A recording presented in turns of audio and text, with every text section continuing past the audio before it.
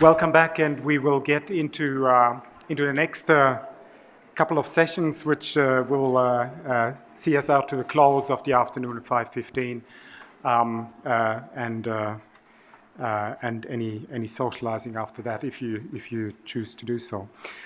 We will now focus the discussion on emission reductions options. What can Australia do in a medium to long term to reduce greenhouse gas emissions, and in particular to reduce net national greenhouse gas emissions?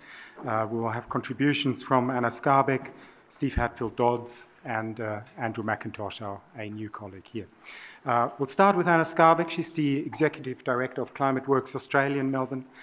She's also a director of the Clean Energy Finance Corporation, and a member of a number of reference panels on energy and sustainability. She's had a number of prior careers, including one as an investment banker, one as a policy advisor. Welcome, Anna.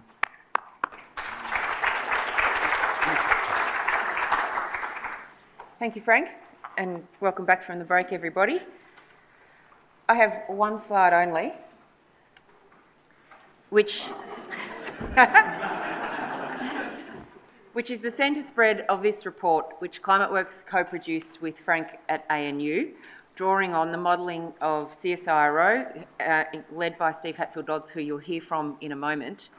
This infographic summarises the contents of this report, which is available online at both of our websites, as well as on an international project website, because we were one of 15 country research teams to undertake the same analysis together, and those 15 countries represent almost 3/4 of the world's emissions. You heard earlier from Peter that Australia is the 13th largest emitter, so we are in the top 15, and we all coordinated our work to use common Excel templates, common world technology prices, commodity prices, in order to calculate in a locally relevant bottom-up way.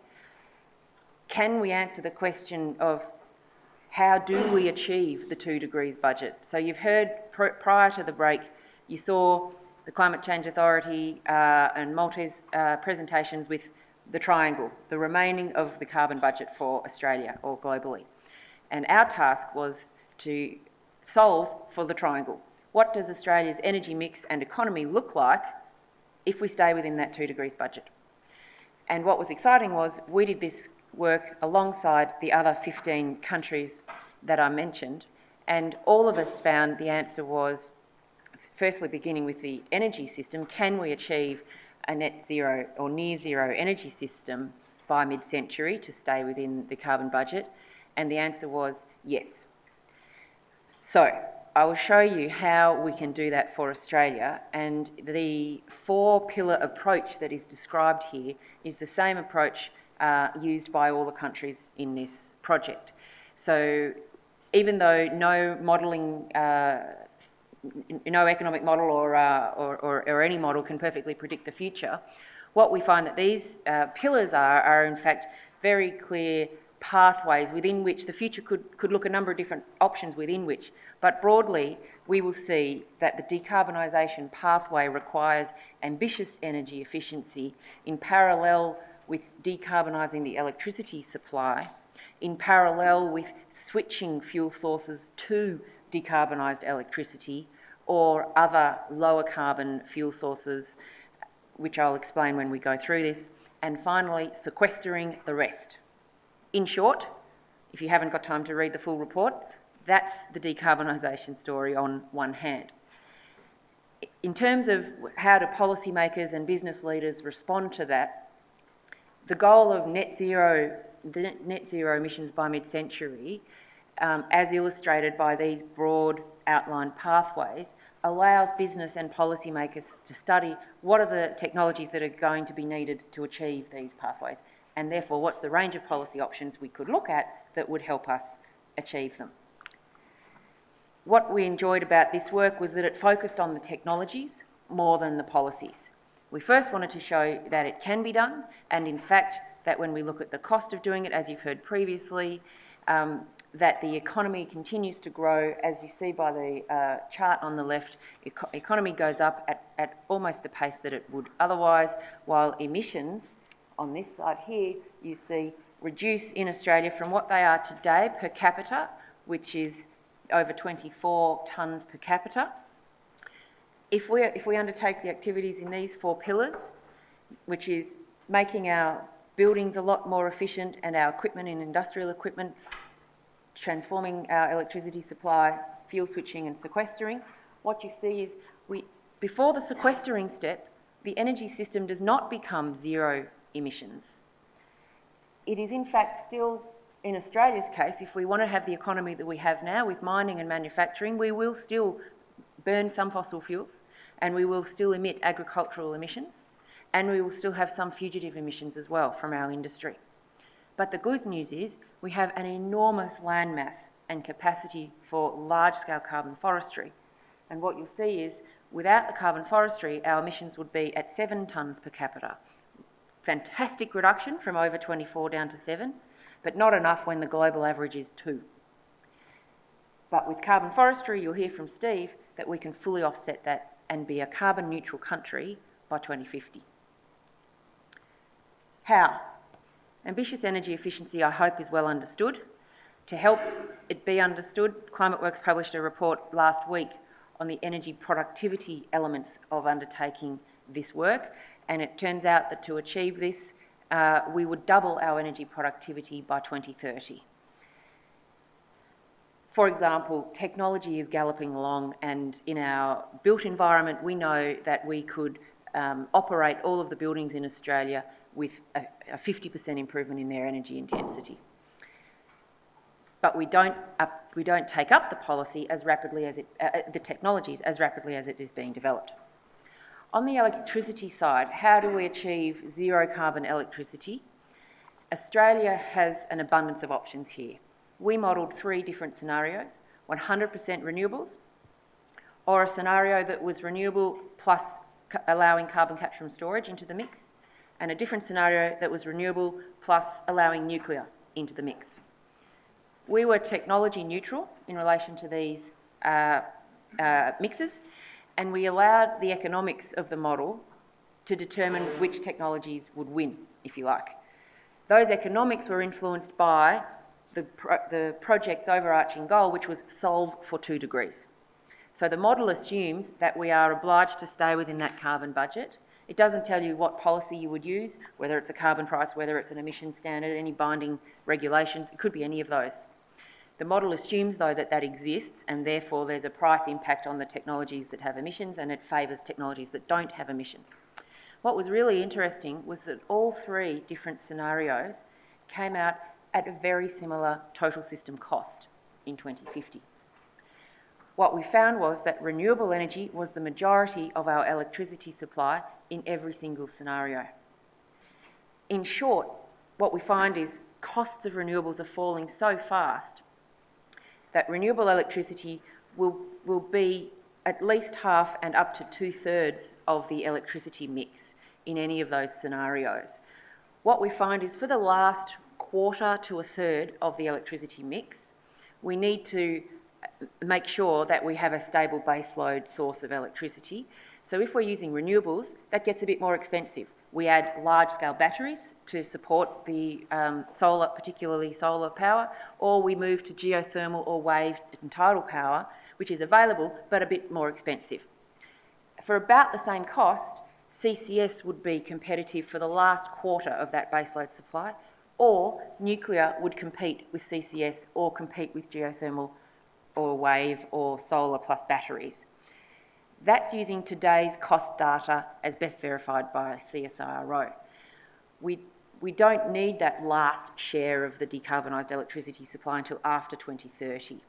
Moving into the 2040s is when we will be building those. So we're using estimates today of what the cost of that technology would be in 2030 or 2040. Obviously that's not perfect.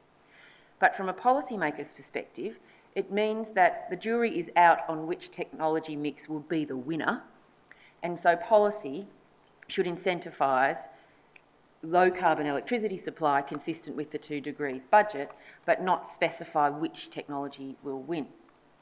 as a former banker, when I think about the race of those technologies coming down the cost curve, I like to watch where the private money goes. And I'm watching the vastly increasing share of private money going to the renewable energy sector and particularly into battery storage, and a lot smaller share going towards CCS or nuclear when I'm watching where private money goes. So in the race, there's 2 more decades to go until that winner will reveal itself. Watch this space. Then we need to use that low carbon electricity wherever we can to displace other fossil fuels, particularly liquid fuels, that's petrol and diesel, so cars becoming electric, and diesel trucks on mine sites where possible being replaced with conveyor belts that could be solar powered or nuclear powered, modular nuclear being an option potentially in remote areas. And then where we can't use electricity, we could use bioenergy such as biogas or natural gas in place of diesel in trucks and shipping. The freight sector is a hard one to use electricity for, but we can decarbonise away from petrol and diesel by using gas, natural or biogas. Aviation is also a hard sector to use electricity for. We don't have a battery good enough just yet to fly a plane on. But it's been interesting watching how fast the biofuels and bioenergy sector is developing. This work drew heavily on the same modelling team at CSIRO and Centre of Policy Studies that worked on the Garnaut review. And we spoke with Professor Garnaut about the technology mix when he did his work in 2008. And at that time, he ruled out the use of biofuels in aviation. It was not considered feasible. By the time we did the work in 2014, we learned that in 2012 there had been a fully successful civil aviation flight entirely on biofuels. So this modelling assumes that 50% of the aviation fuel mix in 2050 would be biofuels, the other 50 still fossil fuel. Hence why we still have remaining fossil fuel oil and gas use in the economy. But that's because we didn't use structural change policy tools to change the economy as a way to bring down the emissions. We didn't say, let's close any sectors. We said, let's still mine stuff, make stuff, drive cars, live in houses just as we do, but let's power it with energy technologies that don't emit. And then let's look at the cost of that. And what we found was the economy can absorb the cost of that, particularly in a world where all countries are staying within the 2 degrees budget. So they are also upgrading their energy supply, and we remain competitive in that international environment. We also found that households can absorb the increased energy costs, particularly electricity prices, to pay for new renewable electricity in replacing fossil fuel assets that have been fully depreciated and currently cheap to run. Because the price rise over a decade we estimate to be about 40% on today's prices. That's less than half of the price rise we've seen in the last decade, but also that's per unit price. And because of technology efficiency, the volume of units of electricity that households would need halves. So household bills would be lower in this scenario. Prices would have risen a bit, but usage would have fallen by more.